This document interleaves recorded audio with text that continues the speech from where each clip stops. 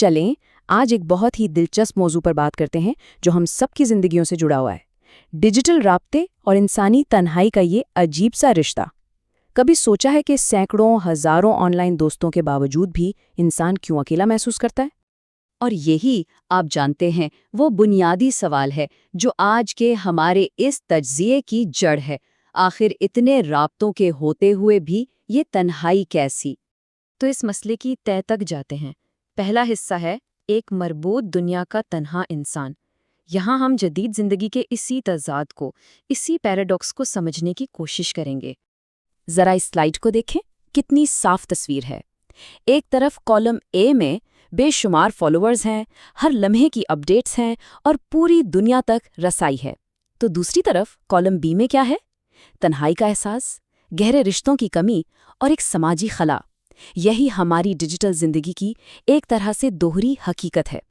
تو پوائنٹ یہ ہے کہ ہماری یہ ہائپر کنیکٹڈ دنیا، جہاں ہم ہر وقت جڑے رہتے ہیں، اصل میں ہمیں اور زیادہ تنہا کر سکتی ہے، اور یہ صرف کوئی خیال نہیں بلکہ ایک تلخ حقیقت بنتی جا رہی ہے۔ اچھا، تو جب مسئلہ سمجھ آ گیا تو اب دیکھتے ہیں کہ اس کے ہماری زندگیوں پر اثرات کیا ہو رہے ہیں۔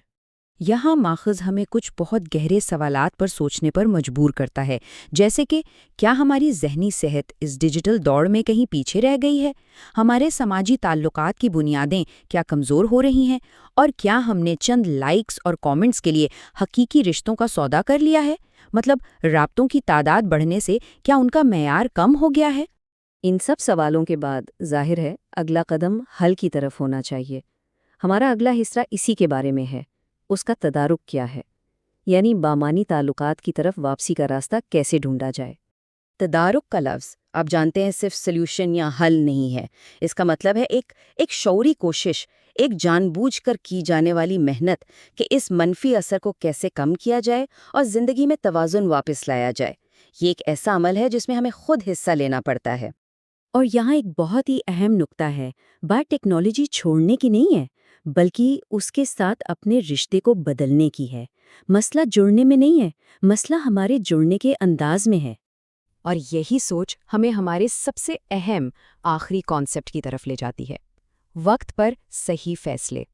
یہاں ہم دیکھیں گے کہ ہمارے ذاتی انتخاب، ہماری اپنی چوائسز اس پورے معاملے میں کتنا اہم کردار ادا کرتی ہیں۔ یہ جملہ تو سمجھ لیں اس پوری گفتگو کا نچوڑ ہے۔ بروقت، مثبت، درست فیصلے انتہائی اہم ہیں۔ یعنی ہمیں نہ صرف فیصلے کرنے ہیں بلکہ صحیح وقت پر وہ فیصلے کرنے ہیں جو ہماری زندگیوں میں مثبت تبدیلی لا سکیں۔ سوال یہ ہے کہ یہ کریں کیسے؟ یہ سلائیڈ ہمیں 3 آسان سٹیپس بتاتی ہے۔ پہلا، اپنی ڈیجیٹل عادتوں کو پہچانیں۔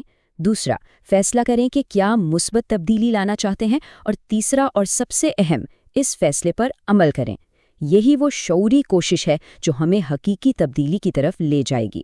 چلیں، اب آتے ہیں آخری بات کی طرف، رابطوں کے بارے میں ایک ختمی سوچ۔